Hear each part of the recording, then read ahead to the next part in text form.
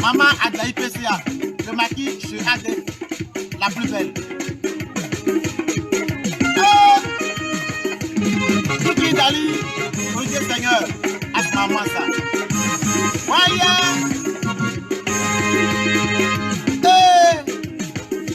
Rachel de Kibo, chez AD.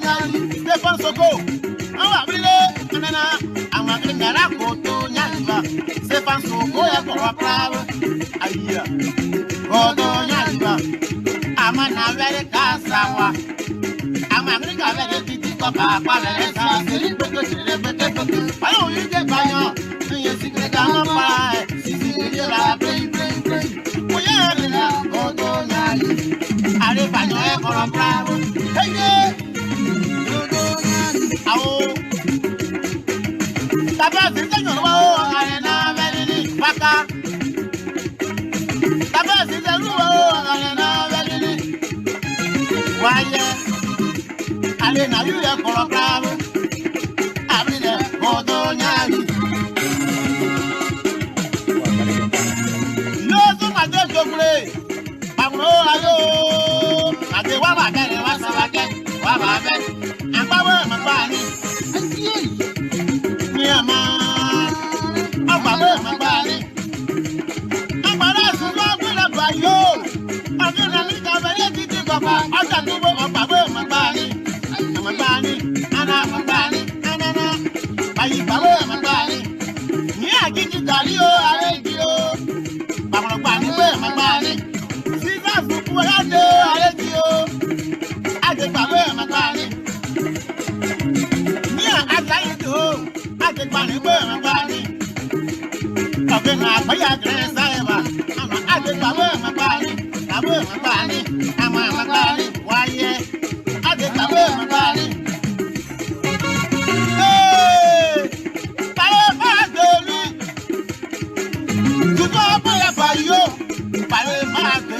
Mais je vous dis, c'est ça qui nous a construit.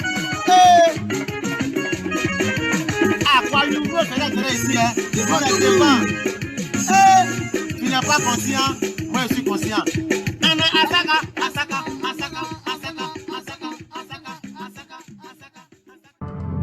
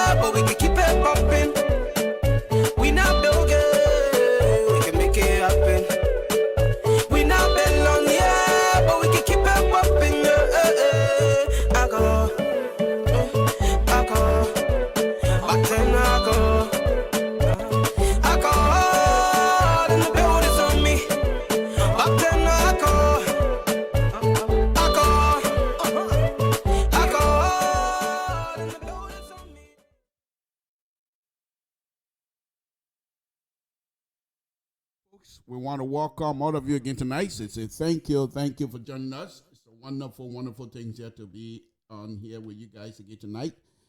It's going to be a little bit enjoyable tonight, folks. If you like, they like run public radio issue.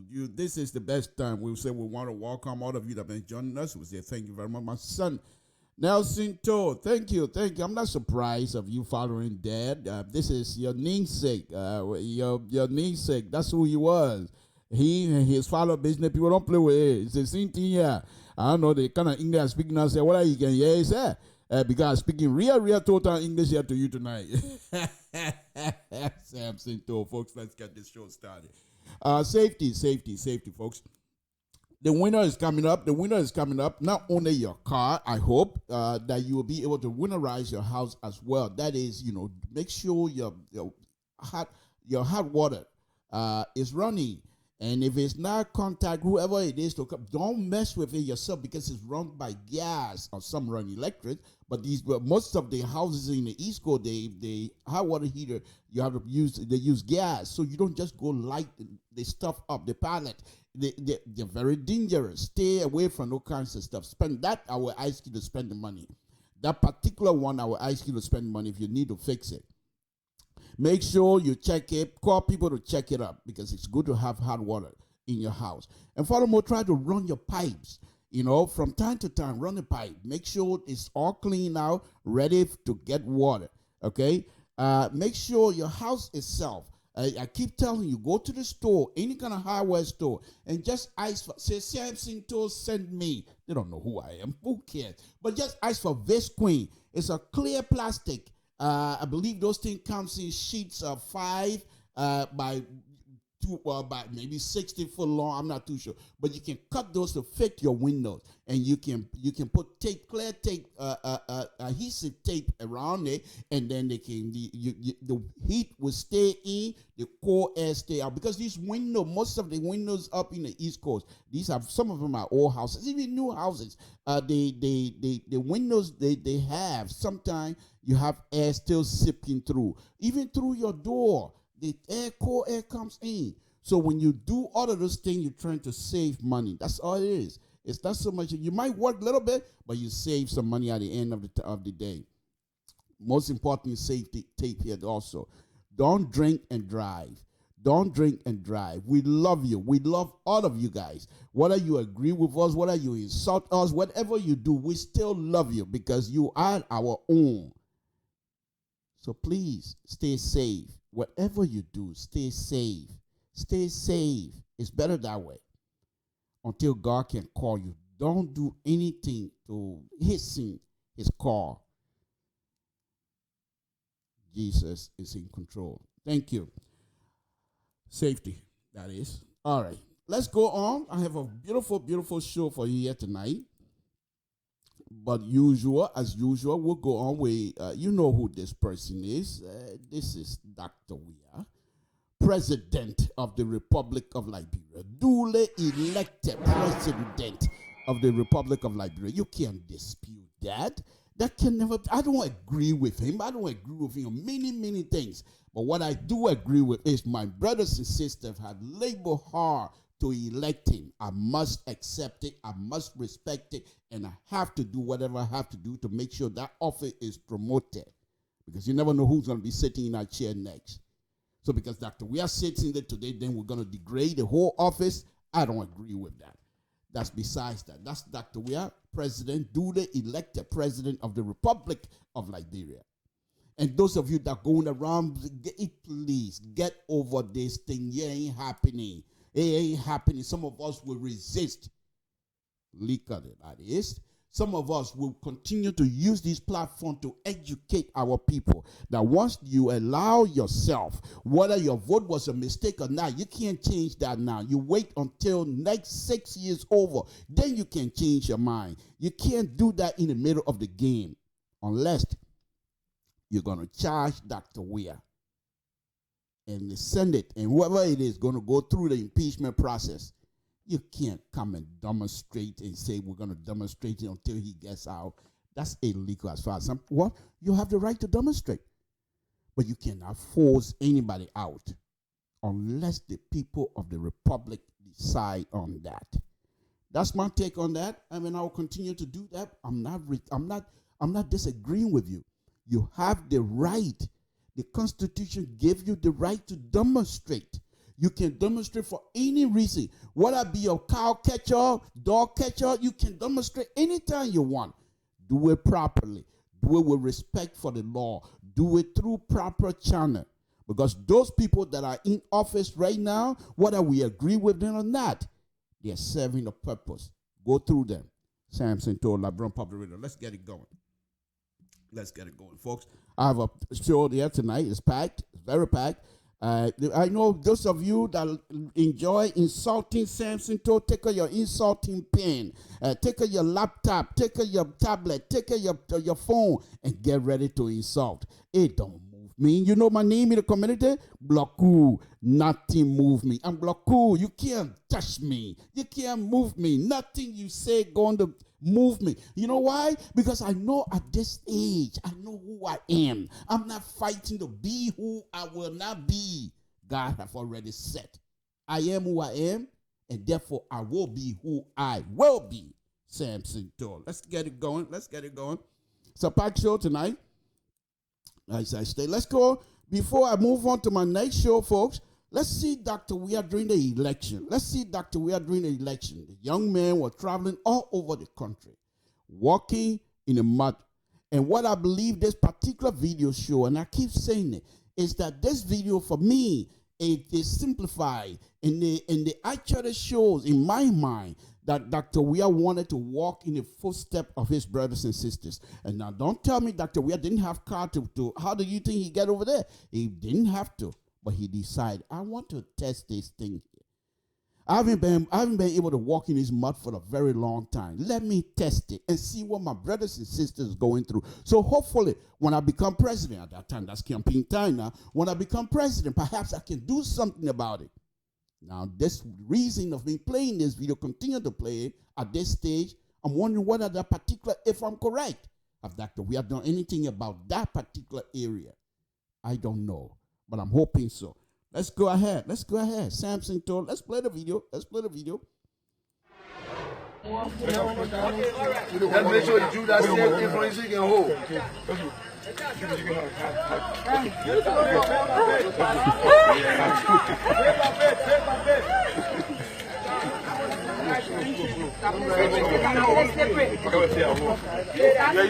Hold the stage.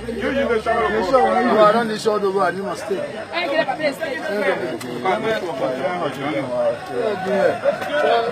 What kind of junior that before?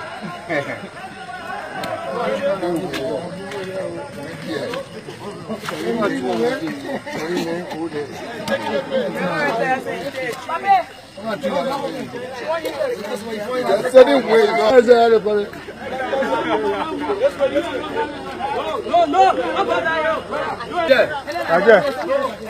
It's your man. Chong it to me.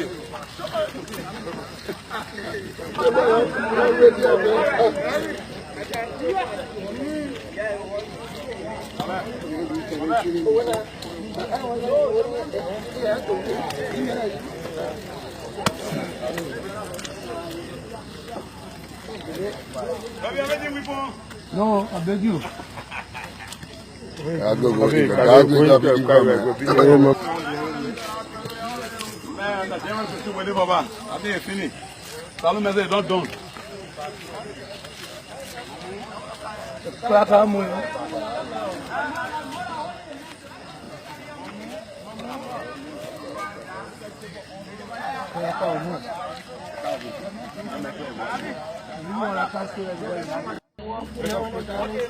Let's make sure you do that same thing for you can hold.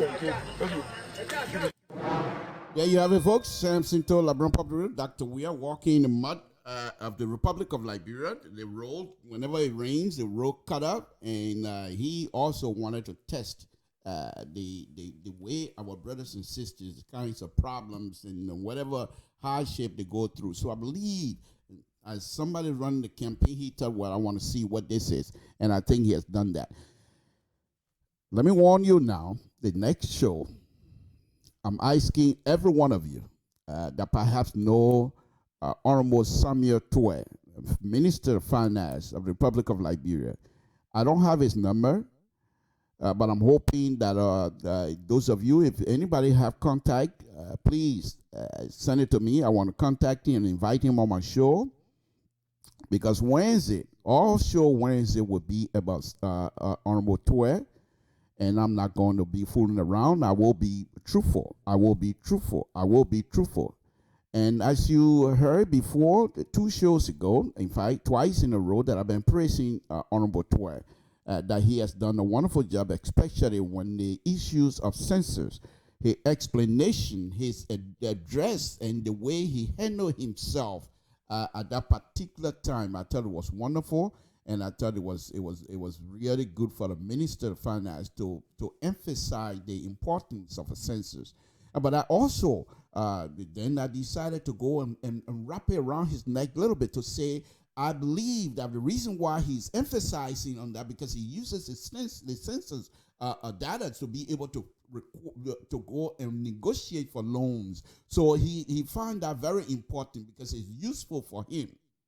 And the reason I stated that, because Samuel 12, over the time I have been here arguing that Samuel 12 should remove himself from that position, because after the $25 million map out debacle, I thought Mr. Honorable Toy was not ready to lead us in that department. However, I also believe that Honorable Toy is a good friend of Dr. Weah. And so Dr. Weah, being the person who do not like to shake the tree, so to speak, and the friendship is very dear to Dr. Weah. And I believe because of that, he will not dismiss Samuel 12. So I was here for months and asking that that Samuel 12, Honorable 12, do us a favor by giving up and staying behind the scene to still guide Dr. Weah. And that has not happened.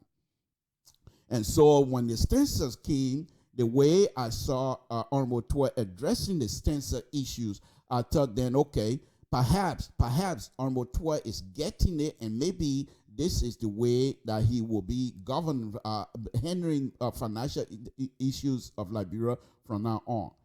Until yesterday, folks. Either yesterday or day before yesterday, when they had the town hall meeting in Philadelphia. From those videos and from the comment, and I'll just play a snippet of this here tonight, because come Wednesday, I will play all. And I'm sure it's not a hidden stuff. You guys have seen it. That Samuel 12, I believe, what was written about him by Dr. Famler back in 2005, Samuel 12 continued to show, those of us that have read that particular article, continue to show that indeed Dr. Famler was right. Samuel 12 comes across from the video that I'm going to be showing you, comes across as being condescending to the Liberian people, especially to the Liberian diaspora. I'm not too sure why is it. Why it is that he will talk to us in such a condescending manner. And here's the reason. People will say, oh, Samuel 12, when he talk, he do a lot of gestures and he talk loud and stuff like that. No. I have another video that I'm going to be playing first. And that video, you will see that Samuel 12 was very calm. Samuel 12 was very polite. And Samuel 12 was very, very much informative. The kinds of information he gives out were genuine, this is the Samuel 12 that I taught, because he's an educated man. Samuel 12 is not a slash. Samuel 12 is economy. He knows these things. But the manner of approach, I thought his temperament, especially dealing with our brothers and sisters in Philadelphia, was very bad. And I've always insisted, I always argue that the international community, they're not going to choose your minister of information, minister of finance. Anybody like the government Liberia put before them, they will deal with them. And for this reason, they're not going to tell the government, we don't want to deal with Samuel 12. They're not going to do so. So this, folks, for me, it's not something that I would take very lightly, and I will make my whole show on Wednesday about Samuel 12. I will bring up some issues that people might not like. And I'm not going to lie. I will be truthful. I will do my best to be truthful. Okay? So those of you that perhaps might find my video of Honorable 12 to be a troublemaker or whatever you want to classify me, that's okay. It's your opinion. You're entitled to it. Let me first play this video, and it takes about 5-10 minutes or so of Honorable 12 addressing the gathering of folks talking about the census. And then I will play the other video, very short one, of Honorable 12 addressing Liberians. And then you tell me whether Honorable Tua does not have the ability to deal with people from just observing from the 2 video, and tell me whether he genuinely disliked Liberians or he just don't care what Liberians think, especially Liberian diaspora. And this is very concerning to me. I will come to my main topic here tonight. My main topic has to do with the appointment of Mr. Davis. And that's my take on that's going to be very interesting. Let's watch Honorable Tua, first of all. Honorable Tua discussing the census in Liberia. How important the census is in Liberia. The importance in fact, Honorable Tua will tell you that he will make it his duty to inform his colleagues, other ministers, to see the importance of census, and that they should go ahead and disseminate that type of information to the Liberian people, so the Liberian people will be brought along with all of the argument that is happening. And then you will find Samuel Tua coming and talking about Liberian harmonization issues. Not only was he condescending to the Liberian diaspora the way he answered questions, but to relate that to the Liberian people back home of his action, the action of the government. I thought that was very, very low. That was very low. Let's play that, folks. Samson told Liberian Public Radio, and I want you to pay close attention to the wording, to his expression, to the tone of voice, and then you can compare both and see if what I'm saying, if it just doesn't make no sense. I don't know Mr. Tua. Mr. Tua and myself never went anywhere before to say there is some sort of a conflict, I don't know him. He doesn't even know who I am. He doesn't even know who I am.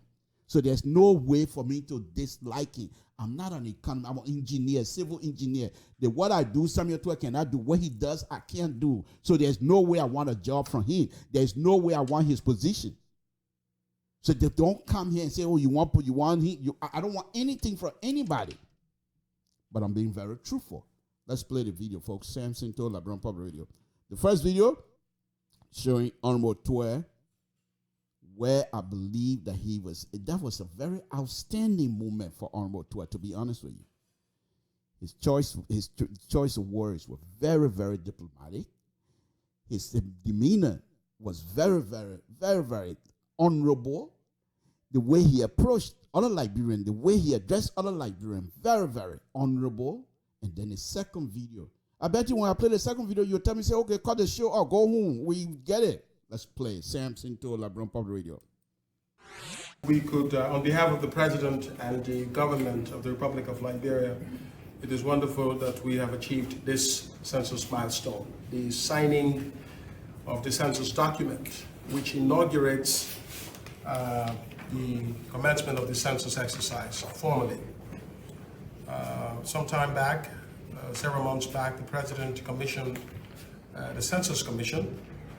It had its first sitting, I think, last week. And now we are here doing the signing. But this signing, as other speakers have said, is belated, but belated for a good reason. Because I think all stakeholders around the table are working to ensure that we have this census right. And whether it's financing, it's programming, it's digitization, it has to deliver optimal improvement over the previous census. And I think the census in 2008, which is a great census, has put the country on the trajectory of development. The numbers of those censuses are what we're using in all of our development planning. We believe this digital census, once completed, will be the best census to date in the history of the country. And I think we're beginning that process today, so we all deserve commendation. Let me say a big thank you to all of our development partners for their contribution to this, particularly to the government of Sweden, which has made one of the biggest contributions to date, the World Bank Group, I hope, and then other partners. We know that we're still reaching out to partners. We have a budget of 18 million. And then to the government of Liberia as well. Save the best for the last. The government has disbursed around 1 million to the census process. We have in this year's budget 2 million. Budget that just passed the 526 million. We have on the PSIP, Public Sector Investment Program, 2 million for the census. So that formally brings government contribution to date to 3 million. Government had committed previously 6 million. We've budgeted 3 million. We're working assiduously to ensure that we can meet those targets. You know, you all can understand the fiscal situation of the country. It's possible windfall revenues to we're not budgeting. We just passed the budget, extraordinary discussions of the legislature to ensure that we pass a national budget that is closest to our real revenue potential. This is what we've achieved. 526 is a revolutionary number in the history of public financial management in Liberia. So we're glad we have that. We try to execute that credibly so that entities can have allocations enshrined in that budget. And in that, among those allocations is 2 million for the census. So we have to work to ensure that on a priority basis, because time is already of the essence here, that those resources are made available for the census process. So DG, you have my assurance as chairman of the board to work very hard to ensure that we can deliver on our commitment in the budget. The importance of this exercise can never be underscored for our government. We've launched a pro-poor agenda for prosperity and development, and in that document, the data predicates upon data from the previous census. And so what we're looking to do is to have updated data infrastructure on which the PAPD can premise. We're moving toward a data-centric, what I call data-centric governance, meaning the policy decisions that the country makes, that the government makes, have to be based on reliable data. You know, and we have to find a way to disaggregate that data across the country. And so we fully well understand the importance of this exercise, and we're enjoining on all government ministries and agencies, all government officials, that this exercise is critical for national development and has to be collectively owned by all. So census, you know, the data, when you talk about data infrastructure, is a boring thing. It's people, you know, it's about crunching numbers, it's about analysis, and sometimes it's not exciting. Director General, you have to find exciting ways to communicate data to the public to win more ownership and more support from government officials. I think this is key, because whether it's the national budget, whether it's planning for education, it's planning for health, we need to use data to identify the gaps, to know whether programs are reaching targeted communities, to know whether those programs are having impact. And the beginning of all of that exercise begins with a very good census, from which extrapolations based on the numbers that come out of the census exercise can be made by economists, by analysts, to do further planning in health surveys. And beyond census, LISGIS also does a number of other activities in the agriculture sector. When I was a consultant in the Ministry of Finance, I relied heavily on the data from LISGIS, the agricultural production data, to write the constraints analysis. So I know data, they don't just do census, they do a lot of other things, but sometimes the public is not aware of these things. The demographic health surveys also, how we understand the whole demographics of our health system, our education, LISGIS is at the center. I think what we as a government need to do is to empower LISGIS more, to mainstream LISGIS into the center of government policy making. Because it appears that even by their physical location here, they look like on the margin, they're going to the ocean. so sometimes we need to bring them back into the center, because they are at the center of development. So, Director General, on behalf of the President and the Cabinet, I would say that, you know, your case will be made strongly. And now that we're having the census exercise going, your allocations and other, you know, your engagement with other stakeholders, other sectors should be made prominent. And I think you have that commitment from the Ministry of Finance. The other point I want to underscore is that as we go forward with this exercise, I think I stressed it earlier, we have to communicate to the public. We're in a time, in a digital era, where communication is becoming more important than policymakers want to accept. So it does appear that in the policy formulation process, the communication architecture is more paramount than we like to imagine. So it's not about communication now, it's not just about reporting things that are happening. It has to be about preemption, about things that are about to happen, preparing the public's imagination for things that are coming. So we have to find a way to prepare the public's imagination for the census that is coming, so that they anticipate what does that mean. As a citizen, what am I required to do? What is my honest contribution to have a fair, reliable database? Are you correct? So I think that packaging has to happen clearly. All of it, we should communicate with our people. What is the census? What is it? So that their behavior toward that can be positive, and we can minimize the mistakes and the errors in the process. So I would look forward to working with you on a very strong communication program across the country, particularly in the rural areas where we should, in access, people should have information about timing of events and whether they have a role. I think let's use this as a new beginning and to build stronger momentum. I would like to say again, on behalf of the President, we pledge the government's fullest commitment to this exercise, to challenge all of the heads of entities that are on the Census Commission for their optimal engagement. And when we call the next census meeting, we should all be there at the highest level, so that we're not sending just assistant ministers or directors to these meetings, but the ministers themselves have to take interest in census activities. I think you have that commitment on behalf of myself and my colleagues, that we will all work together to ensure that this is the greatest census that we have conducted in the history of this country. Thank you very much. There you have it, folks. That was Minister Tuer. I jot down a few things. We have to inform the public of what is happening.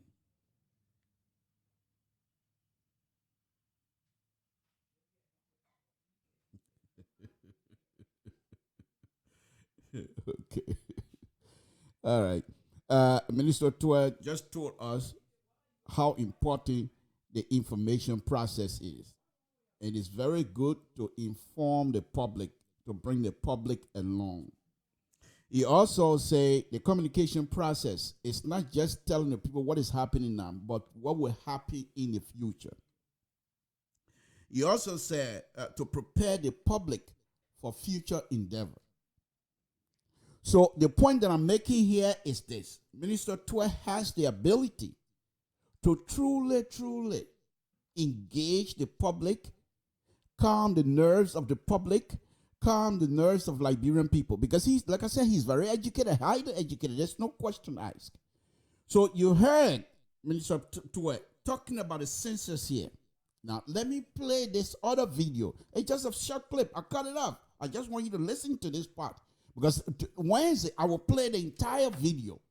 And in fact, there's two videos that I have. I will play both of them, so you will see from this person that just addressed the international partners and also Liberians about the census. Because for me, in order for him to talk like this and come back and talk to people the way he did, very condescending, was very concerned. Let's put it that way. Okay? So let's listen. It's a very short video. But let's listen to Minister Tuer as he talks about the harmonization issues in Liberia. At the town hall meeting in Philadelphia, I believe it was yesterday or day before. Let's listen. It's a very short clip. Let's listen. And please listen to his tone. Watch his body language. And you will see he's talking to Liberian. There's a guy that asked a question. I'm not going to play that one. I just want you to see and tell me what you think. Let's watch this. Harmonization is protecting the poor. The people who are losing money are making $3,000 US already. They are protected because they're in US dollar. You take 400 from there and give it to an immigration man. How is it that that man is being affected? That immigration man benefiting. The other man already way up above the poverty line. You know that one.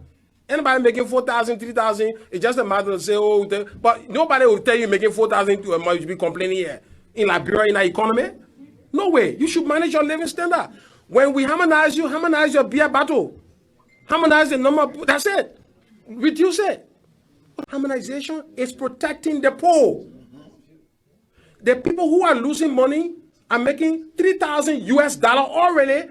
They are protected because they're in US dollar. You take 400 from there and give it to an immigration man. How is it that that man is being affected? That immigration man benefiting. The other man already way up above the poverty line. You know that one.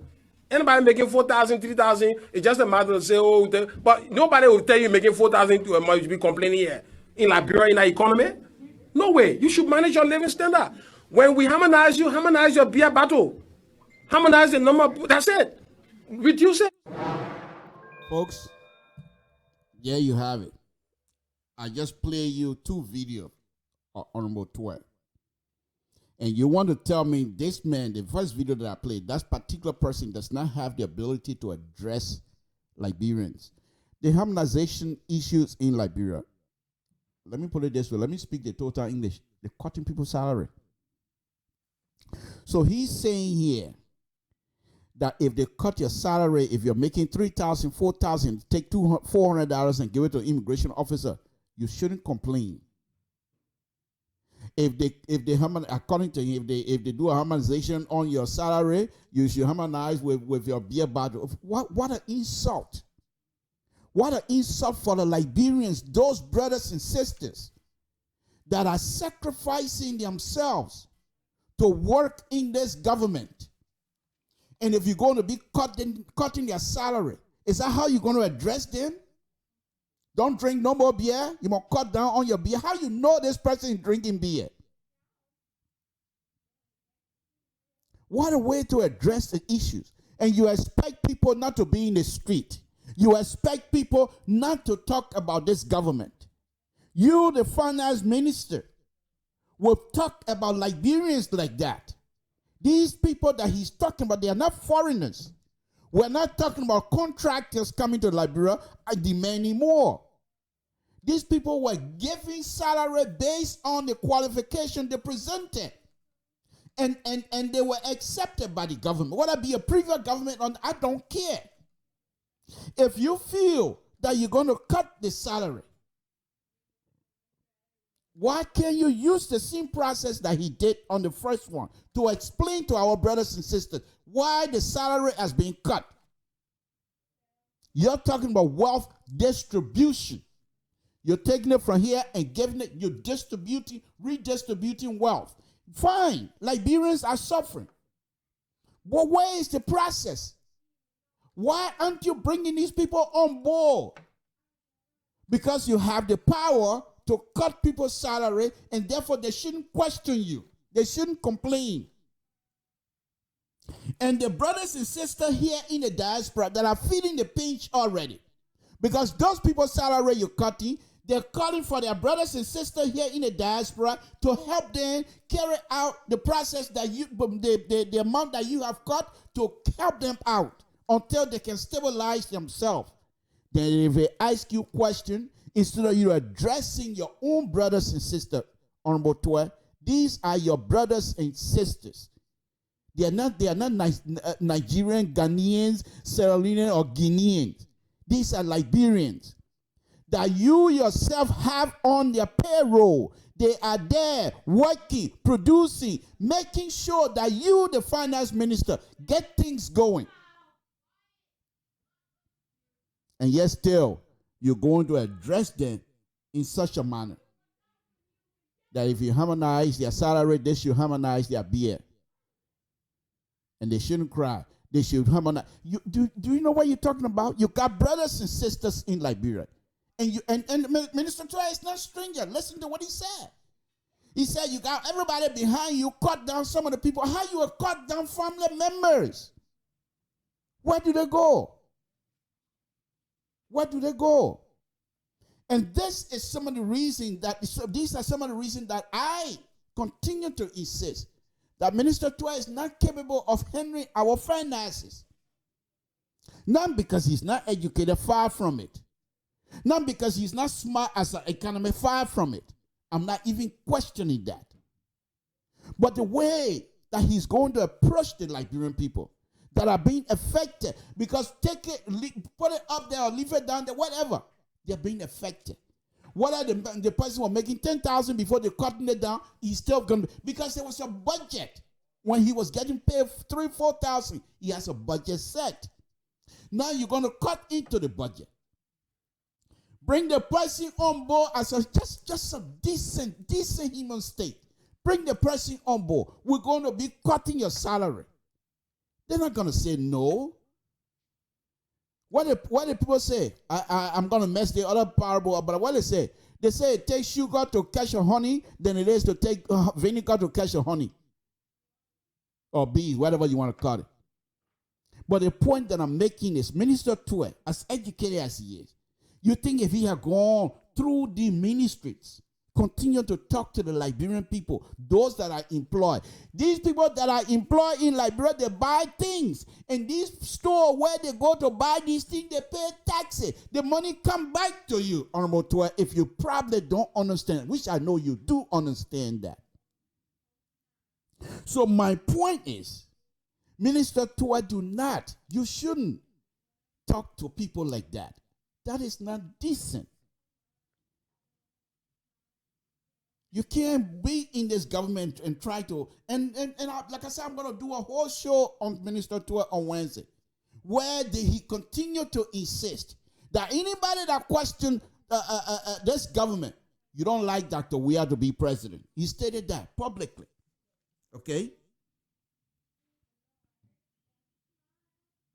Like I said, come on, bring it down. Bring your idea. I don't care tonight. Give it to me. Do whatever, say whatever you want to say. If you were if it were your salary to be cut, and I'm telling you, I'm going to cut your salary, cut down on am I your mind power to tell you to cut down your drinking? The safety tip that I can be giving you about not drinking and driving. Do I say don't drink and drive? I gave you an example. I talk to you with respect because you're grown up. You do whatever you want to do. What I'm suggesting is that it will be bad for you if you get cut. It would disturb your life. Because some of us has the kind of experience. That's the experience part that I'm passing on. But I'm not going to condemn you. Minister Tue, you heard him saying this. Let me play that video again. People writing here already. Let me play that video again. And you tell me if this is a way to talk to people. If this is a way that you think a minister of finance, if we harmonize your salary, you should harmonize your beer. You know what kind of beer I drink? These are your brothers and sisters. Let me play that again. Listen in. Hey, harmonization is protecting the poor. The people who are losing money are making $3,000 US already. They are protected because they're in US dollar. You take 400 from there and give it to an immigration man. How is it that that man is being affected? That the immigration man benefiting. The other man already way up above the poverty line. You know that one. Anybody making 4,000, 3,000, it's just a matter of say, but nobody will tell you making 4,000 to a month, you be complaining here. In Liberia, in our economy? No way. You should manage your living standard. When we harmonize you, harmonize your beer bottle. Harmonize the number, that's it. Reduce it. Harmonization is protect. Yes. If we harmonize you, harmonize your beer bottle. Is that government business? That government is in the business of policing. Well, how many beer bottles that people drink now? What harmonization, cutting people's salary, what that have to do with beer business? You telling the person to adjust their living standard. Is that not a decent way to talk? You're hurting them. First thing first. Cutting the salary. I don't care what a person making $4,000 or $5,000. You're hurting the person. There's no two-way street about it. Communication. You saw almost to a communication process when he talked about the census, how decent he was to the people that did the census, how decent he was to the international community that perhaps he asking for loan. Why not do that same thing to Liberians? Be as decent as you can to the Liberian people. You're going to cut their salary. Understand that they are human beings like any other person. Every one of us, right now, if you're threatening layoff, you're going to be scared. Even if you have $1 million in the bank, you're going to be scared. So if you're going to cut somebody's salary, have an information process. Explain to them. Bring them on board. So you don't have people start grumbling. Bring them on board. Tell them why you're cutting salary. tell them why the harmonization, how decent it will be in the future. Because the harmonization eventually is going to benefit all. Explain to them how they're going to be benefited in the future. Instead of saying, don't drink beer. Is that how you talk to people? This, my people, is the way that I'm talking about. And like I said, I will do more Wednesday. So I'm asking those of you that have contact for, I know you say, well, what the man do with you? Free man like you, that's fine. I'm free man. Let it, man, don't talk to me. I don't care. I will do my show anyway. But what I want you to get is this. There's nothing Minister Tour guys I want. First thing, I'm an engineer, civil engineer. I'm not an economist for me to go sit in the finance ministry. To do what? To do worse than what he's doing? To go embarrass myself? So I don't want anything to say, oh, you're doing that because position. No. I'm fine. But what I'm saying is the decency. Those of you that grew up in Monrovia, in the street of Monrovia, when I was growing up in the street of Monrovia, you don't take advantage of anybody. We used to call the big guy that used to live way. We call them Omo those days. There was when you go to the movie, there's a commercial, tire soap, but they call it Omo soap. Big guys, so we call them Omo. If that Omo, he take one small picking ball egg, 3 for 50, 3 for 5, or something like that, and eat a ball egg, and he pay, we jump on in. You can be yourself, but we'll try our best. Because most Liberians, many Liberians don't like for anybody to take advantage of someone else. In fact, I've been saying this here before the news starts spreading around. Liberia is recognized #1 in the whole world of helping strangers. It comes from our culture. So it is a big surprise to me that Onomotoe, who is a cruel person, that will talk to other Liberians like that. Is it because you're educated? Does that give you the right to address Liberian the way you did? I frown on it. I don't accept it. And I don't think anybody should accept it.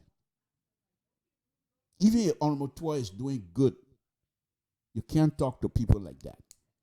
If you continue like this, you in power, you got the numbers. I keep saying this. It's a scene number in your shop.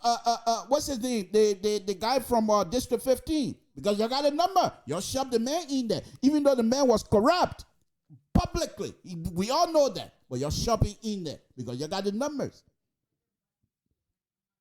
So what makes you think the next government are going to come out? That they're not going to dismantle everything else you're doing right now that you think is in the good interest of the country. You can't do these things. Harmonization, you recognize that things are not fair. There are many Liberians that need to be making a little bit more than the other people. But bring all of them together. You don't take one group and pit it against another group. You're explaining, you're taking the money from 4,000 people and putting it towards the immigration. So why do people then start turning their way against the immigration people now? What are you going to say in the country? A country of a small population like that, and you're taking one group against the other. Is that how you guys going to rule us? We need better than that. This is Sam Sinto, Labron Pabrito. Before I go on, before I go on to my main topic tonight, I just started, I throw that in there because what I saw this afternoon was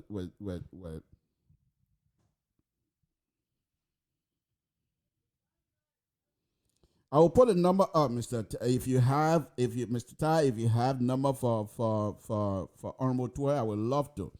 My number is 916-533-2048. But I'll put a number out here for people to call.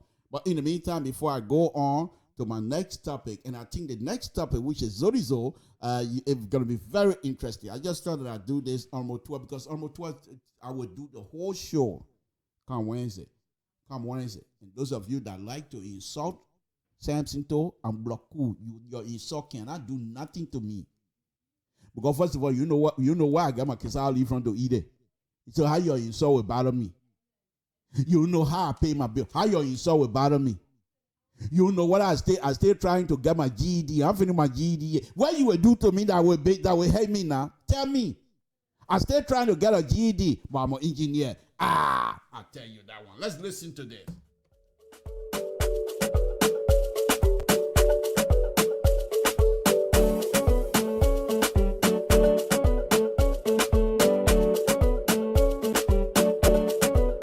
Don't disrespect me because I get on papa. You will not disrespect because you see me in papa. Don't disrespect me because I get on papa. You will not disrespect because I will on donga. We not build it, but we can make it happen. We not millionaire, but we can keep it popping. We not build it, we can make it happen. We not millionaire, but we can keep it popping. Alcohol, alcohol, back then alcohol. Alcohol in the building's on me. Back then alcohol. Alcohol. Alcohol in the building's on me.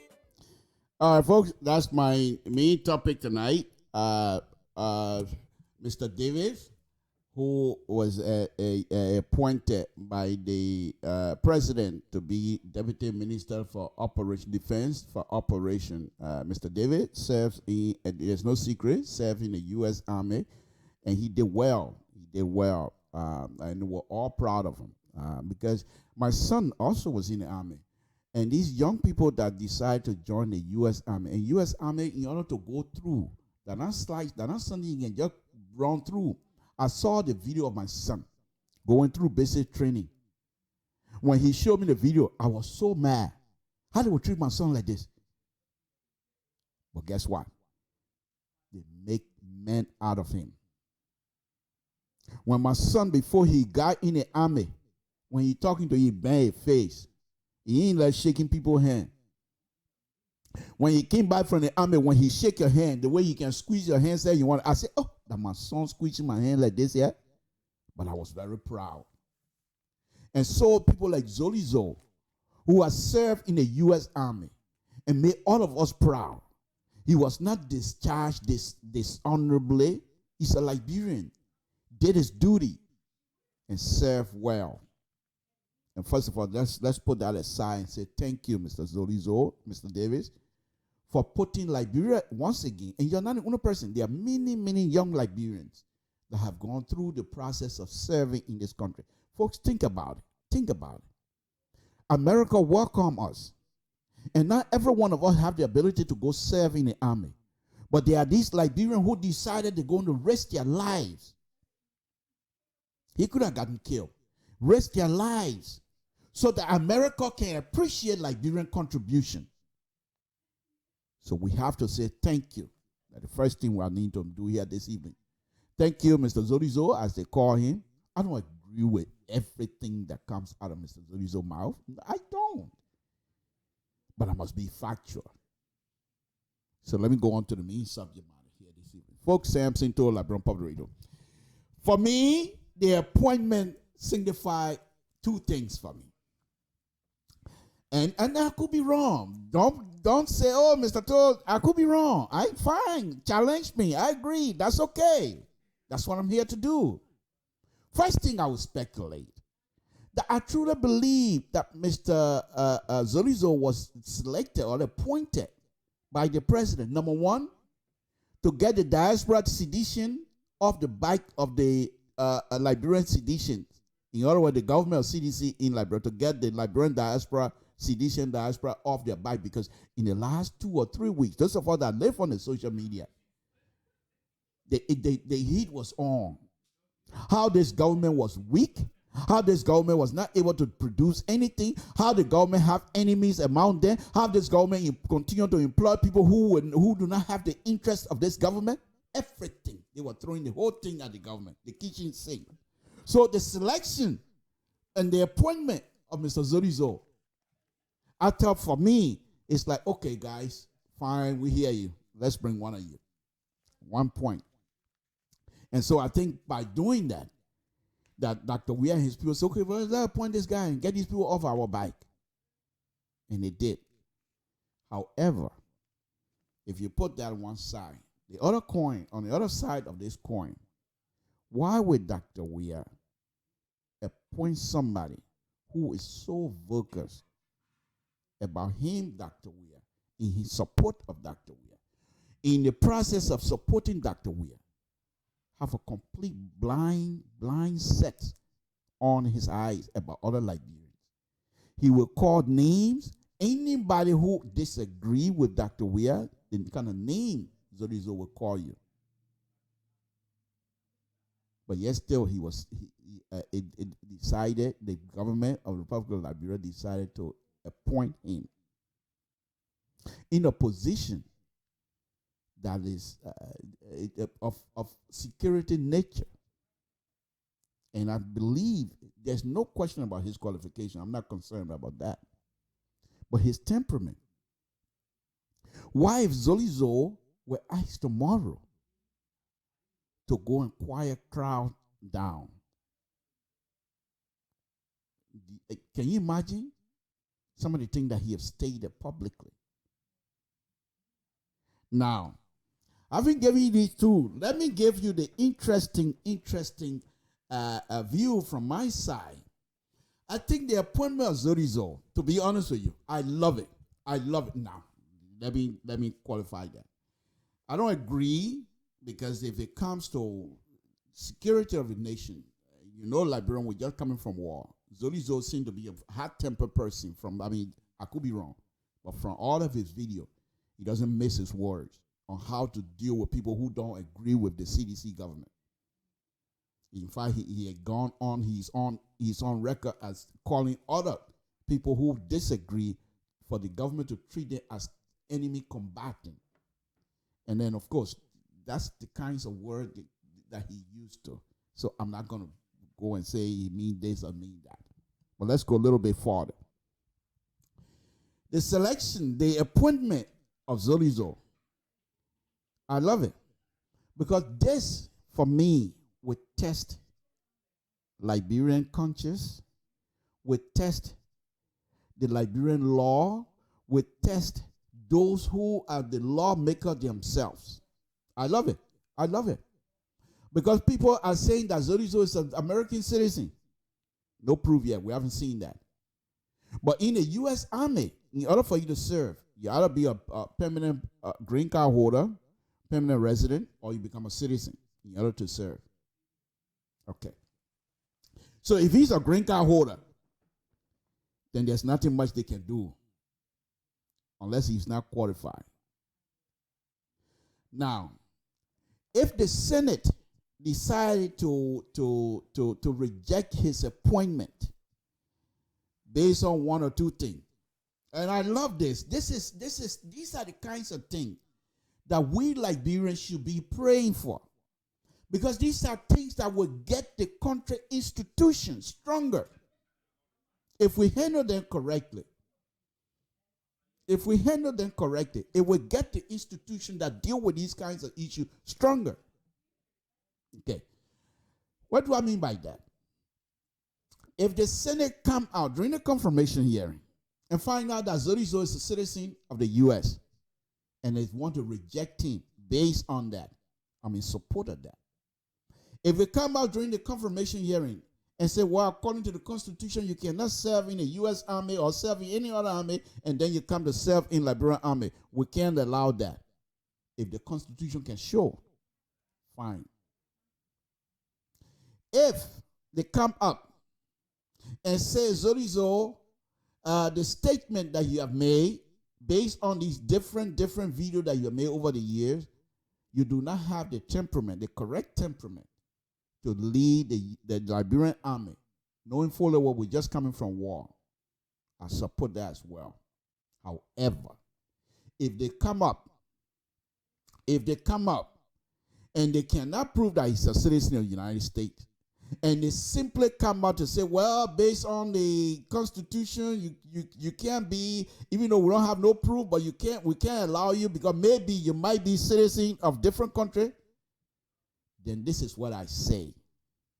every peace-loving person in Liberia of a Liberian descent, we should all collectively should support Zorizo and challenge the system. We should also ask the advocacies of all those human rights and things like that to take up the case of Zorizo. If his rejection, if only if they're going to reject him based on speculation, to say he can't serve because we think he had, the first thing, even if he has served in the U.S. military before, show us in the Constitution where it's specified that if you serve in different army, you can't serve in this other army. Constitution from now on.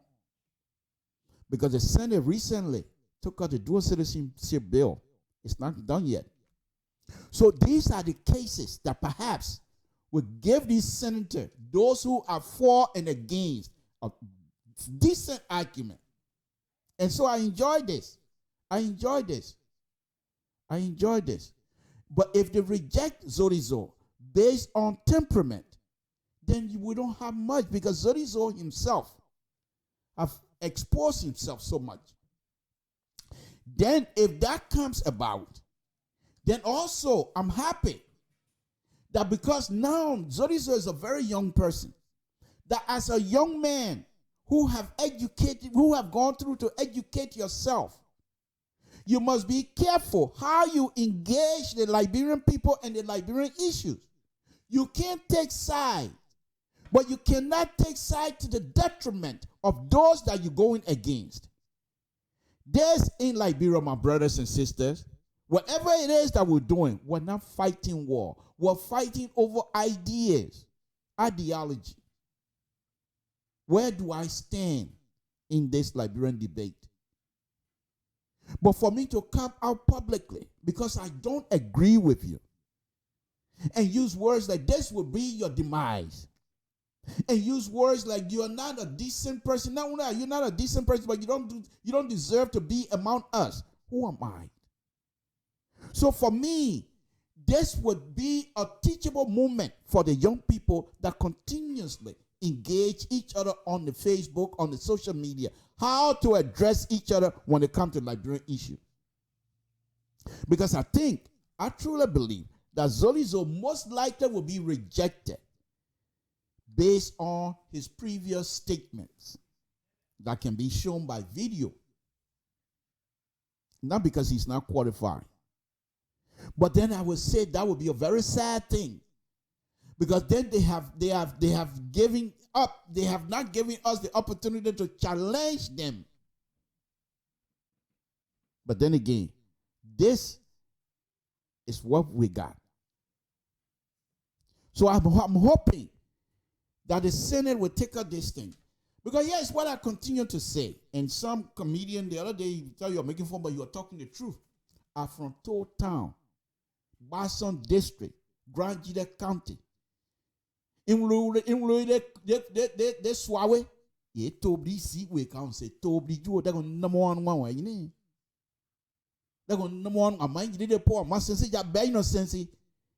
Tola bay no sense, I'm more japo, I'm going to say tobli, they're going number one way, you know, in one way, you see, I'm telling boy, Pepe the repo, can't say tobli juo, they're going number one way, you know. And this, sorry that I went deep on that one, but I'm just saying to you, because of papers, you're going to flip that stuff and say you're not a citizen of Liberia. So if they come out and say, Zorizo, you can't serve because you're not a citizen of Liberia, they're going to have to show us. Don't do the kind of thing they used to do to Dr. We are bringing in American passport, putting false pictures here and there. We're not going to accept that.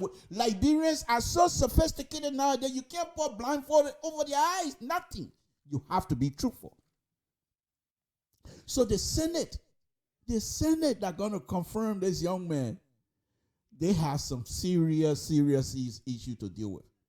And I will ask the journalists, the true journalists among us, to take up the case, to keep your eyes on it.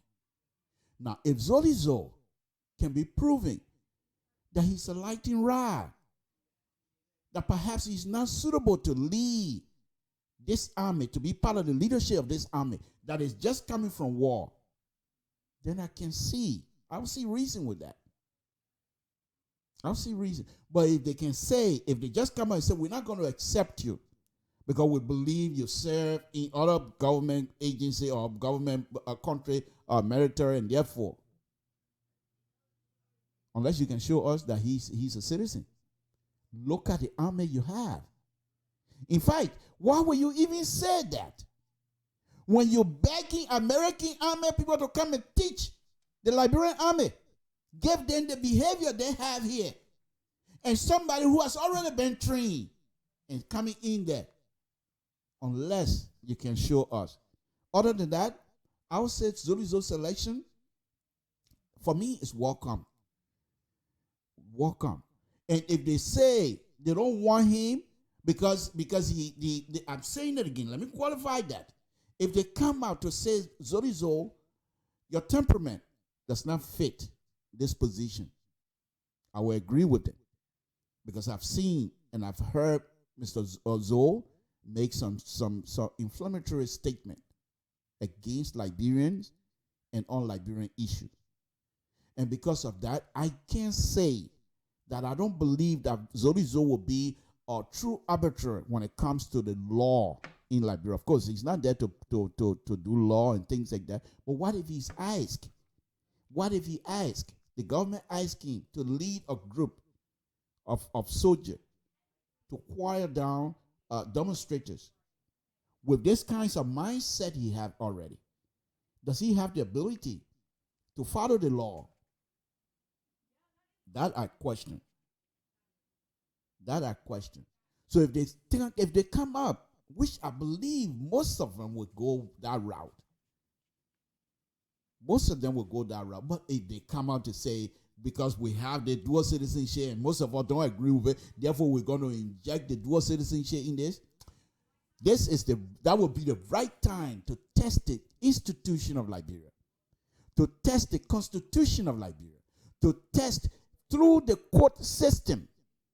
And I would say the Liberian diaspora, whether you agree with Zolizo or not, if they come out and throw the constitution as a roadblock, we should come out and do how do they call it, the way how do people collect money here?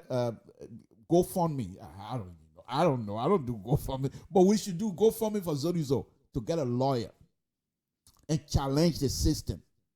Because if Zolizo win, we all win. Own it. If Zolizo can show to people that what he's been saying is because of partisan issue. Now, my other side of that, Samson told Labron Pobrido, the same thing that I've been saying to Honorable Twe is the same thing that I'm going to say to Zolizo right now. Zolizo has served without even becoming minister or anything. He's a sedition, true sedition. And I think being an advocate for CDC issues on the social media, it suits him well. So said Zolizo believed that by coming up and defending the president and defending the issues of CDC and his engagement with the Liberian people, if he truly believed that, I would say that he should reject the appointment. Reject the appointment solely on the fact that, look, I am a mouthpiece already. These are the kinds of things that I believe CDC needs to do. I don't want to be in there, especially this position. CDC, Zolizo, if he wants to do something, move CDC items or activities further, let him go back to Monrovia and be in the party and be party official and not government official. He can come in to be chairman of Liberty Party, please. He can come in and be chairman of CDC and still be able to say these kinds of stuff about opposition. So his position is clear. But if he's going to say, yes, I want this position, despite the baggage what people have been saying about me, what things that I've said in the past, then we should hope that they will reject him based on Constitution. And in fact, the Constitution say you can't, whatever the Constitution say. And if it's so, we should challenge. This is a good case to challenge the dual citizenship business. Because if we go to court based on this and we win, they don't even have to pass the law again. Then we win. Then they will be forced, the lawmaker will be forced to accept the decision coming from the Justice Department, from the Supreme Court. Then they will have to modify whatever they have in the Constitution. So it's a good case. It will be a good testing case, and it will be a good teachable moment for all of us. However, if Zorizo is rejected, as I stated earlier, based on his temperament and based on his pronouncement, things that he has been saying over the years about CDC and how CDC should conduct themselves with relationship and with respect to the Liberian people, then I think it's also a teachable moment for young Liberians, because Zorizo is a young man himself, that in as much as you are educated, in as much as you're going to be engaging yourself into this Liberian politics, you never know when they will ask you to come and serve the Liberian people. Zorizo is not going to go the deputy minister for defense on operation for CDC. It's for Liberia. I'm not a member of CDC, but I'm a Liberian. So Zorizo going to be serving me. How is he going to deal with me the fact that I'm a Liberty Party member? He will flog me. I'm just giving it to you as it is. Is that why you want him to be a minister, deputy minister, to be flogging the opposition? No, that's not acceptable. So, folks, that is my view this afternoon. I'm giving you two. I'm going to put my number up there. Give me a call, and let's see how you view this whole thing from your own perspective. What do you think? Am I making things up? I spoke to you about Armotoa, which I think his behavior towards Liberians, his town hall towards Liberians, I believe that he was very condescending. And I'll show you two videos. Give me a call. Let me put the number up. Samson to Liberian Public. Oh, before we do that, I'll play you music while I'm trying to organize another part of this thing here. Samson to Liberian Public. Don't call me here when I'm ready. In fact, let me not put the number up right now because people might call. So let's go ahead. As soon as I'm ready, I'll put the number up. Samson to Liberian Public Radio.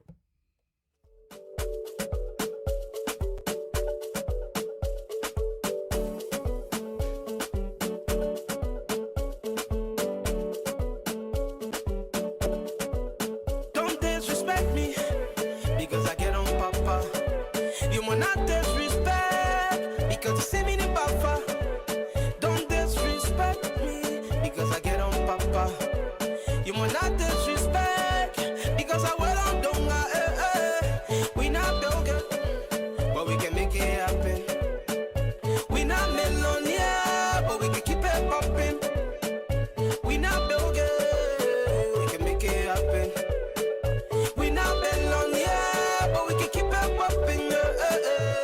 Alcohol, alcohol, back then alcohol.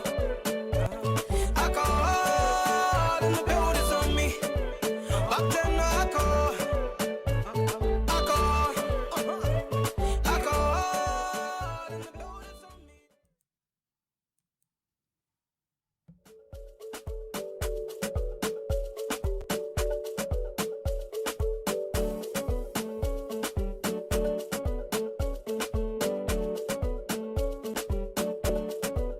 Don't disrespect me because I get on papa.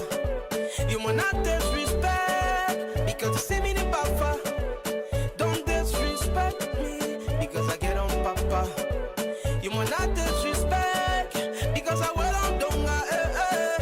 We not broken, but we can make it happen. We not millionaire, but we can keep it popping. We not broken, we can make it happen. We not millionaire, but we can keep it popping. Alcohol, alcohol, back then alcohol. Alcohol in the building's on me. Back then alcohol.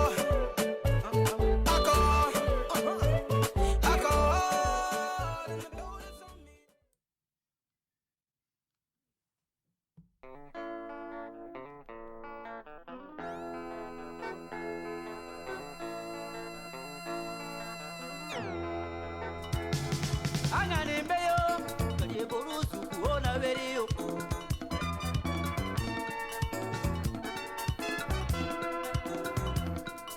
ojibesayo tokuroborusu kuona veriyo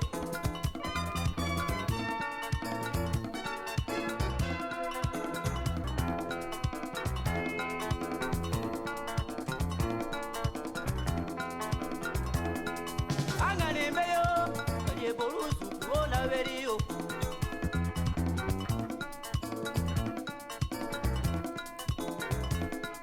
anganembeyi tokuroborusu kuona veriyo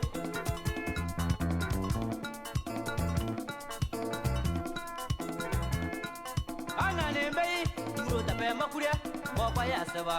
Okay, folks, Samson to LIBERIA Public Radio. My video is not moving fast as I thought it would be. But anyway, I'm putting the number up there. Anyhow, you should be able to see the number. Just give me a call. We'll still talk. You don't have to see me moving. Give me a call, Samson to LIBERIA Public Radio. And you will be audible, that's for sure. So give me a call here. And let's see what you have to say on this issue. Hold on. Okay. Hold on 1 minute. Okay, that's the number up there. Okay. Give me a call, 916-533-2048. And then see how far we go with this. I'm not too sure what's going on with my video. I'm not too sure what it is. So, somebody's calling me. Samson to LIBERIA Public Radio. What's your name? Where you're calling from? What's on your mind? Mr. Todd, good evening. Oh, good evening, Mr. So. Thank you very much for joining us. What's on your mind, sir? Yeah, quite interesting. I've been following the program and very good conversation as usual. And I listened to both videos with respect to the Minister of Planning and Development, Minister Samuel Tue. But I don't think that should be that surprise. You remember, these folks are hardcore supporters of the president. And sometimes you will never know exactly in terms of getting the agenda of the government going. But I just do not agree with the second portion. I just thought that he was not very civil. But remember, in the class, he uses the word harmonize, uses the word weaponize. Those are the kind of sound bites of this government from time to time, consistently that we have been seeing. It has been repeatedly done over and over. And the government needs to understand that they are no longer in the opposition bloc. So they are doing things should be a little bit different in terms of how they channel to their communications, how they articulate the message of the government. That has not been coming forth. And that's what the government has been struggling with. Even the Ministry of Information. I wish you had listened to Minister Manuel Buya during the TROT that was placed on the Kumi's program. Because the government, remember, once you are not in the opposition, your ability to sell the government agenda is more important. It's not just only to your base. It's not just only to the citizen. Your communication is way beyond CDC, way beyond Liberia. It's to sell the agenda to the international community and the donors. But that has not been happening. So Samuel Tue, Minister Tue, conference or town hall meeting star to which he's been going there is kind of a little bit. I still find it difficult. We've been extending invitation. Hopefully, he will come because it seems to me that this humanization process is being differently interpreted. This came from the United Nations. It has to do with one person or 10 persons occupying one position. All right? Something toward the Francis on the same source of the airtime at 8 p.m. on Monday evening. It doesn't make sense. That's where this waste of resources. If that's where it came from with English. It seems to be a little bit different. And I just want to throw light on the issue of Zonizo. I am a free thinker. So there are two things I'm looking at here. Zolizo, Class D, Prince, and other folks, they have been the ones that have been throwing the soundbite out there for the ruling party, been defending the ruling party's position. Remember quite recently, Class D and other folks have been calling on the president that the president is weak. Because there are things that are happening within in Liberia, and the president is not taking a tough decision or taking a tough stand on these people. And some of them was contemplating of backing up. Within a few seconds, days, weeks, we saw the appointment of Minister Kaplan as Deputy Minister for Operations. What I think here, this is where the Senate and both houses of government come in place that we always see here in the Western world. When the president makes an appointment, member of the House of Representatives, senators, they will come and take a definitive position as to how their voting process will go based on some of the comments or some of the things this person has said. I don't want to dwell on. I do not have the facts as to whether Zolizo is an American citizen. That's their job to do the due diligence to find out all of the facts. But what is troubling is his comments, because he has exposed himself to a lot of things, like he just rightfully mentioned, and their inability to articulate the message of the ruling party to get people on their side. They have not done well with that. All right, and I don't blame them, because even the Minister of Information or the ministry that should be in the front yard to serve government agenda too, also speaking in that same language, fire for fire, they're going to pour fire out for fire. So what do you expect the authority to be saying? And I think that's where the CDC government or the CDC supporter are making mistakes. And even the opposition, all of them doing the same thing. Nobody wants to be persuasive to get people on their side. Now, Zolizo and others seem to be a hardcore supporter of this administration, of the president. And this is what the administration loves. But on the other flip side, you never know. To say, okay, these guys, George, we are president, we always say, okay, these guys, they are being advanced. Some CDC are being calling. They are not giving CDC people positions, and these people are doing something, they are not doing anything. So what I'm going to do, let me give them an assignment, and that will be left up with the Senate or the House of Representatives to determine who these people are. So it's in twofold. Let me give them the work. If they are confirmed, so be it. If they are not confirmed, this law is off my shoulder. I mean, I'm taking the flip side of the government or President we are. Now it is left with Zolizo to go, and I believe, and I hope they will give him the opportunity to defend his positions as well. But I think it will be a little bit troubling, because he has said a lot of things, and he's going to be occupying the very consequential, a very important strategic position. Deputy Minister of Defense for Operations is huge. You're responsible for a lot of things. And the temperament aspect has to come in to play, where there is some sort of civil disobedience. Will you be the first to fire on civilians, or when the civilians start it before some sort of force will be applied? That is quite interesting, and we are hoping to see how that plays out. I hope they will give him the chance, because it will also set the pace of having a responsible government. We need to have credible people. We need to have people who will keep the laws on the book as it is. So we hope to see how that plays out, and we are trusting Darius Dillon already started speaking out, but he alone cannot do it, of course. If there's anything, he has to lobby within there. So it's quite interesting. We'll wait and see how that confirmation aspect plays out. Let's see what sort of evidence they're going to have by the confirmation committee or team we have to produce, how they're going to do the confirming or not process.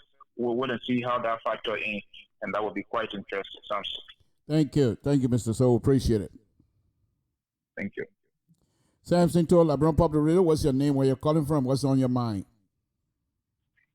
This is Harrison calling from New Mexico. Oh, thank you, Mr. Todd. We appreciate you calling us. What's on your mind? Okay, I want to start with Zolizo, and I will also talk on Minister Tuer's presentation in Philadelphia. I like your analysis on Zolizo. Like you said, I really appreciate it, and it's a very good analysis. And it will be a teaching moment for every young guy in the diaspora who may want to go back to Liberia to join politics. And Zolizo's utterances expose him, as you said. I don't want to repeat that. And who knows? If the Senate choose to confirm him, so be it. If not, well, he will learn from this, and other young guys will learn from that. But on the other hand, I think it will be important. It is very important that the government, that the Senate confirm Zolizo so that, we can have competent people in that area. And even the government can sometimes engage some of those Liberians who are in the diaspora, who have the training already to be part of the army, even if not being in active service, but to provide some technical support to the army. That would be a very good thing. So we look at it as a two-way street, as rightly as you put it. I think you got a point right there. And my single start would be government hypocritical behavior towards the diaspora Liberians. They said the recent bill doesn't want us to take active part in politics. But you see, the Unity Party Senate Barrow was here recently. I don't know whether he's still here. And you see government officials, ministers are running here. They are asking us for support. They are asking us for ideas. And I mean, I read a certain article that says Liberians in the diaspora between 2011 and 2012 sent back money home that is up to 360 million. That is more than half of the country's budget. And still, the people don't want to see us as part of the process. So I think that's being hypocritical. Let them just forget about us and stay right there, and there's no need for the ministers to come over here to ask us for our views and then have town hall meeting, political leaders coming here having convention. I think that's a hypocritical behavior. However, I think you don't have I believe, in my understanding, that you don't have a point on the minister. When you analyze his posture on his previous meeting in Philadelphia. And why did I say that? Because I'm looking at the two meetings in a different standpoint. As professional working, there are various fields of specialization. They grow an intuitive sense about what their target audience are, and this is what Minister Tue exhibited during his previous meeting. If you look at the meeting with World Bank, we're talking about meeting that is highly characterized by people who understand, by people who got a better understanding, the technical know-how of what he's talking about. So his posture, you expect it to be different. Now compare it to the town hall meeting in Philadelphia. He was just trying to put it in a traditional sense. He was trying to portray it using those words, but apparently you. Hello, are you there? I'm listening to you. I'm not Okay, interrupting. okay. I'm listening to you. Go ahead. Okay, Because sure. here's what I think. Sooner or later, you're going to break your own neck on the Summit Tour business. So I'm listening. I don't want to interrupt. Go ahead. Okay, let me go ahead. So I think that's why he tried to do when he said, when we harmonize your beer. I don't think the minister meant to disrespect his audience, but he was saying in a Liberian sense to kind of break it down, giving a layman parable how the people need to adjust. And he said when if you are making $3,000 or $4,000 and people cut down and give to an immigration officer, there's no need to complain. And that's true. If you are making 4,000 Liberian dollars, that's probably more than $1 billion Liberian dollars. I don't think it should be an issue when the people try to provide a level playing field for everyone to get something out of the national cover, and then for everyone to be served. So I don't think he meant to disrespect his audience, but he was speaking in a context that he was talking to people who are very knowledgeable of what he's saying in a World Bank meeting. That is highly diplomatic. So let me because you're at this point I'm going to interrupt now because it seems like you're trying to repeat yourself. So let me ask you this. Okay. Let me ask you this. Okay. Because it seemed to me that you're a very intelligent person, and so I will push back on this here as well. So you're telling me the fact that Minister Tour was talking to people, in fact, the people he was talking to were all Liberians. Most of them, the first video, most of them were, because those are the people that did the census. The international partner that provided the fund for the census, government Liberia provided the fund as well. But so you're telling me, even let's just suppose that he's talking to the people from the World Bank, and the fact that he's talking to the people from World Bank, his tone of the conversation, his demeanor should be different from that of talking to Liberians and being harsh on Liberians the way he talked in the second video. Is that what you're telling us? What I'm saying in short is the context in which he was talking. When you talk about the town hall meeting, these are things. The town hall meeting, involved. But what make you think? What make you think? What make you think? What make you think that if he's talking to Liberians in a town hall meeting, that he cannot be polite as much as he did in the first video? He was polite. Are you so? If I come to you, if I were to come to you and say you were part of that process, and say we're going to cut your salary, and so since we're going to cut your salary, you must stop that your beer drinking business. Is that a polite way to talk to anybody? Well, that's one of the things I didn't mention when you interrupted me. When he said cut down your beer, he wasn't talking directly to the people who were affected in the humanization process. He was talking to people who might be associated with those whose salary were cut. So it was not like Mr. Toll. He didn't just say cut down on your beer. He's also said cut down on the people not only the beer. He's also said cut down on the people who are lining behind you. Yes, he's trying to make to put a point through that people should make adjustments. So what business? Let me ask you this: then. Are you saying cut down their family? But that's exactly what he suggested. Are you saying that the fact that the government of Liberia going to be cutting the salary of the Liberian people, therefore he has the right to advise them how to live? Is that part of his job now? I don't think if there's any problem with that. If the expert will come out and say you got to make adjustments. Is he expert? Is he expert in that area now? He's not expert of financing the game. He's giving a financial advice to how people to live. When I say expert, I'm not saying that he's a personal financial advisor. But what I'm saying is he knows much about the economy, and if your salary is cut, he knows what comes next. So he's putting us on our guard that you have to adjust. So I will ask you one more question in the country. I will ask you one more question, and then we can wrap that one up.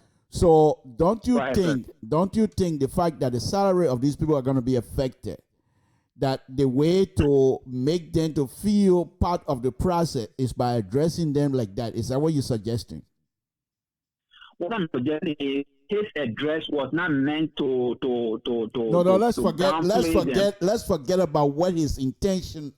His intention being interpreted by me, by any other person. You interpret it differently. I interpret it differently. But what I'm asking you is, does the fact that the Liberian people are going to experience this type of drastic reduction in their salary, does that give him the right to tell them the fact that we're going to be cutting your salary, you need to also cut down X, Y, and Z? Is that the proper forum, by the way? Yes, sir. I said he's asking the people to make adjustments. He's not telling them how to live. He's telling them that what to expect. But you see, you can't do this to me, my brother. We all watched the video. He didn't use, you see, this is what I say when I come on air. I tell people, when you're making your argument, when you're speaking the language, be careful the kinds of words that you choose, because those words can be connected and they can be interpreted. Now, when you're saying that, he didn't say, I'm suggesting. He didn't say, I will hope. He didn't say that my people will see reason to adjust. He didn't say that. He said, when we harmonize your salary, you should harmonize your beer. Harmonize your beer. Is that something that you can say in public to your fellow Liberians? Well, let me leave this with you. I'm not a official spokesman for the minister, but I from the video you show and from the context of the two videos, that's what I'm speaking. So let me make this clear. All right. So Minister and express your opinion as well, and let me know what you think. I say, or brothers and sisters, even the salary harmonization they're talking about, whatever portion that is going to be cut from these Liberians, they expect their brothers and sisters in the diaspora to come up with that. Because if you cut somebody's salary who was there feeling bunch of family members before, they're going to now come back to you in the diaspora to help. And that's what we do. We can never say no to our brothers and sisters. And so I think if Minister Stewart really mean well, which I believe he does until he can prove otherwise, I think he mean well for Liberian people. That's not even what I'm questioning. But my concern, if you're going to stand in public among Liberians and address them in such a fashion, then it's concerning, because these are brothers and sisters that perhaps you will be coming to next time. During the campaign here, many of them came to America, came to the Liberian diaspora, whether sedition diaspora, the liberty diaspora, it doesn't matter. The fact that people will come from Liberia, come here and ask for our support, financial support, for them to achieve certain things back in Liberia. That should give them the reason to be respectful to us. You cannot come here and be condescending to us. Even some of the questioning, the people that were doing the question, I don't agree with some of the tactics, because perhaps I think they also were pushing the line, okay? But as a minister, as government official, the temperament at this time should be way, way down.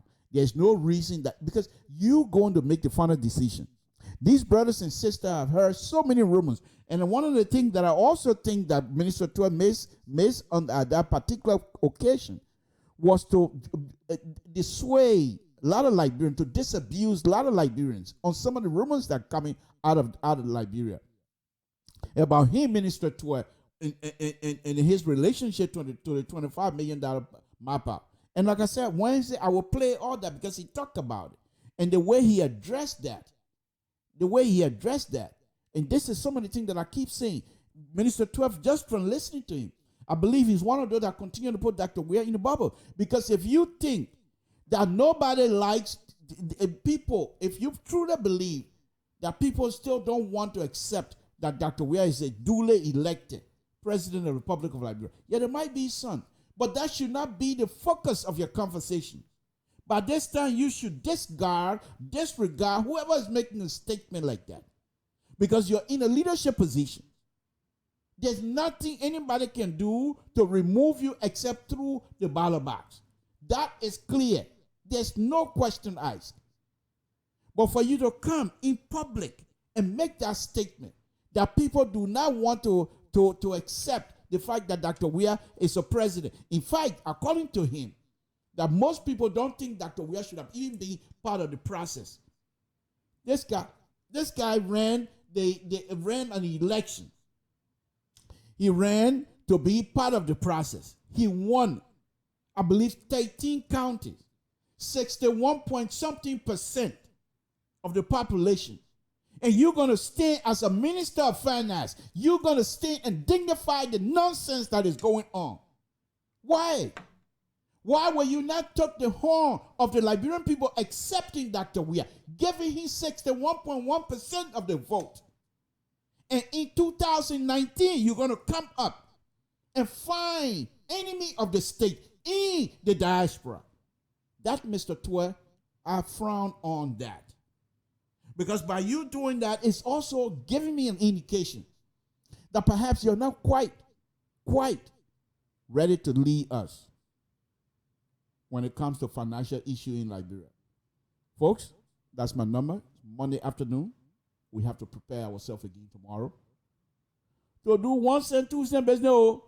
Like I said, I told you already, I still trying for my GED. So I say I'm an engineer, but I'm not a real good engineer, sir.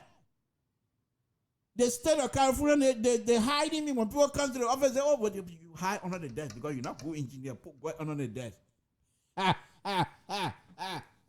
Samson, too, folks. I want to thank all of you again this evening. The number I've been out there, but on a very serious note. Wednesday, I'm asking those of you that have contact for Minister Tour, because it's going to be all about Minister Tour.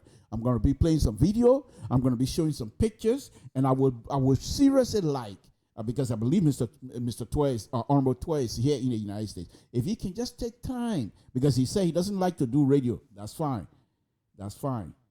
But here's what I'm saying. I'm going to be talking about Minister Tour. So if he's not here to define some of the issues, to clarify some of the issues, I will define it for him.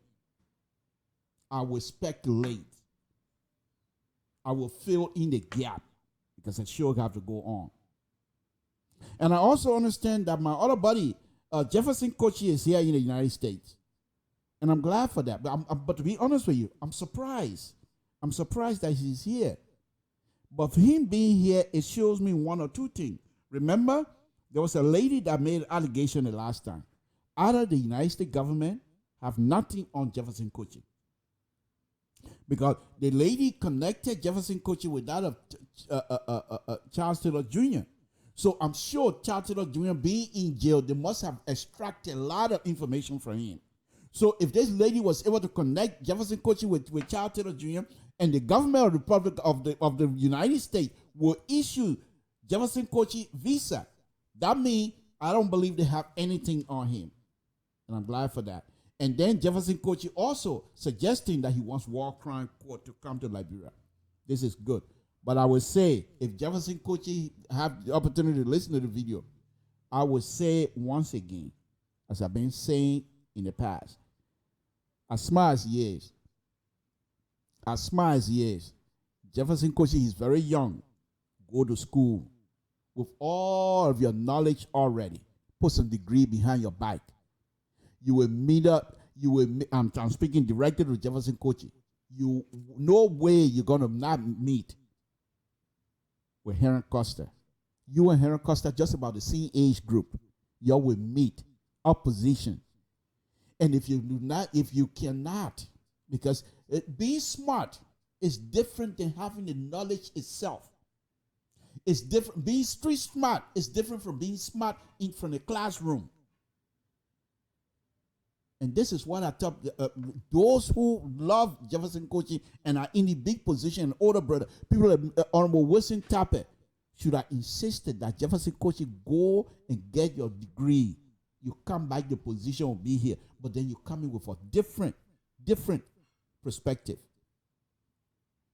And I'm not saying it from jealousy. I don't know Jefferson Kochi. There's no reason I'm going to be jealous of him. I'm not jealous of any of these people. But the better you are, the better prepared you are in the future. Because if people like George, we are then time Finney, that people like George Jefferson Kochi is supposed to bring up CDC. You can't come together putting all the adjectives together and saying blue, you put it down there, people say that book. You will meet up with Heron Costa. Heron Costa, all the thing he's doing, he will knock it off. Heron Costa knows very well that in order for him to move forward in the Liberian politics, in order for him to be accepted among the intellectual, he's going to knock off all of those things causing people here and there. It won't happen. And he knows that. So as soon as watch and see, you say something to us, as soon as he finish with a degree, his tone of voice and the tone of approaching situation will change dramatically. He's not going to be cussing people. He's not going to be condemning government without showing proof. He will speak as opposition, but he will be responsible.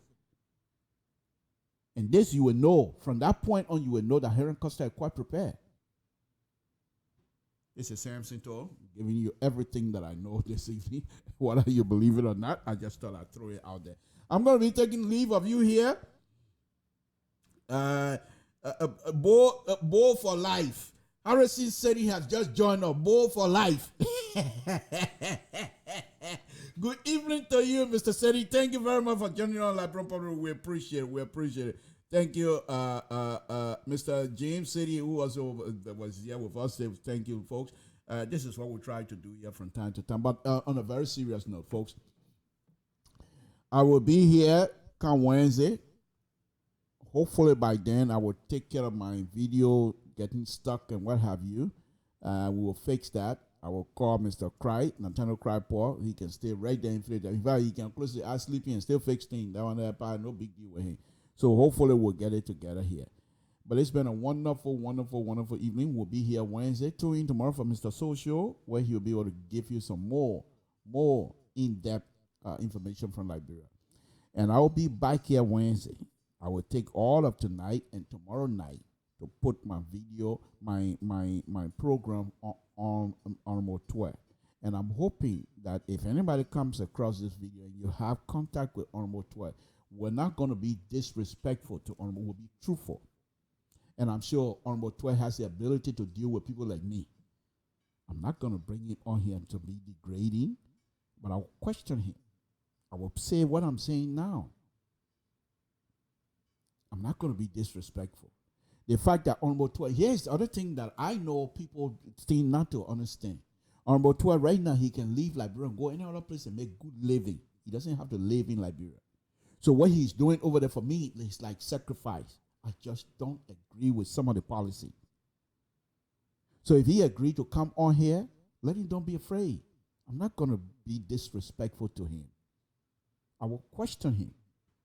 I will bring up rumors that I've heard, things that I've been reading, and I will give him the opportunity to disabuse me and my audience, to give us the true information.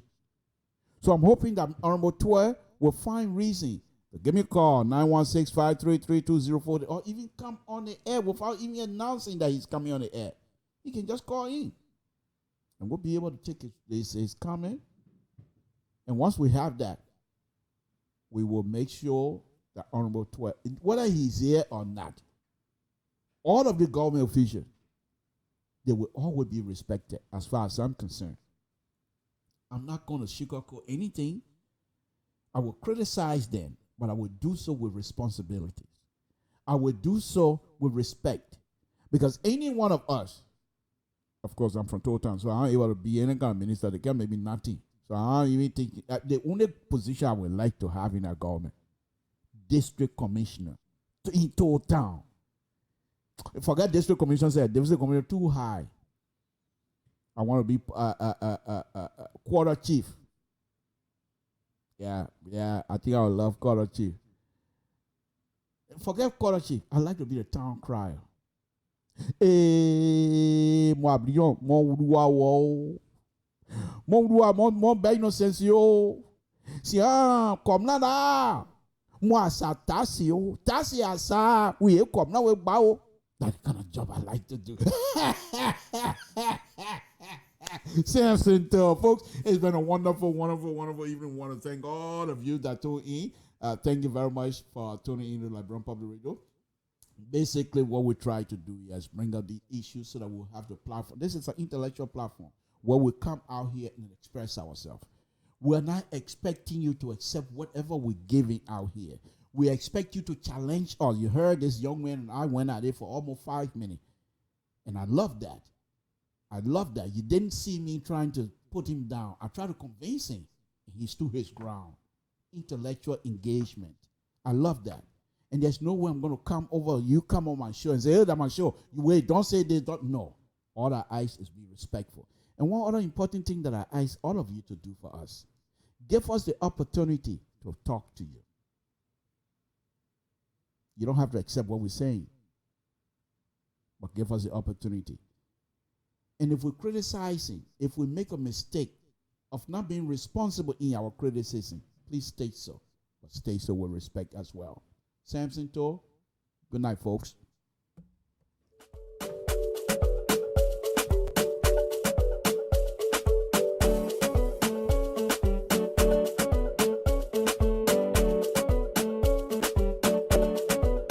Don't disrespect me because I get on papa. You will not disrespect because you see me in papa. Don't disrespect me because I get on papa. You will not disrespect because I will on donga. We not broken, but we can make it happen. We not millionaire, but we can keep it popping. We not broken, we can make it happen. We not millionaire, but we can keep it popping. I go.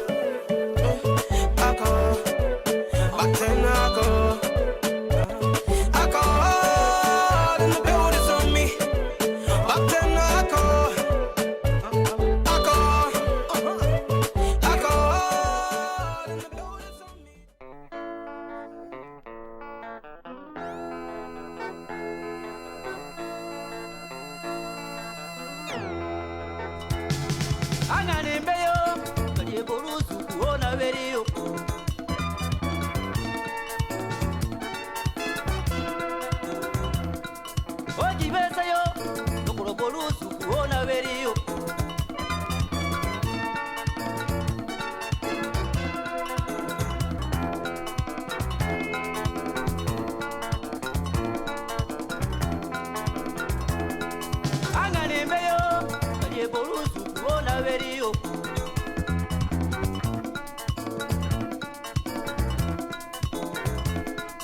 Ongane mbei ekuro borusu kuona verio.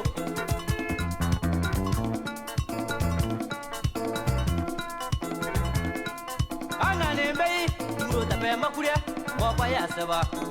Onana ayama lokolo mwane sikolo mwa yepoza ne kripu ya moreu. Lokolo toriye borusu ku. Suku ogere yo omo ya lokolo biete swelo ni doro.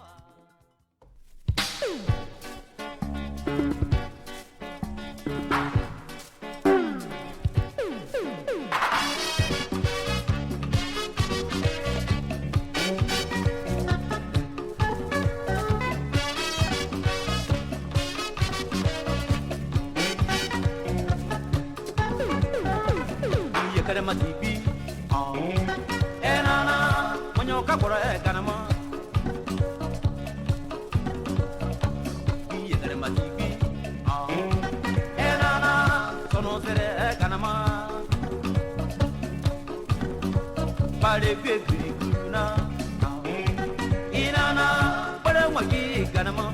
Baye jibo basogo, zakati kwe pare monyo basogo. Basogo, Zagati go, but I'm on your basogo. Don't want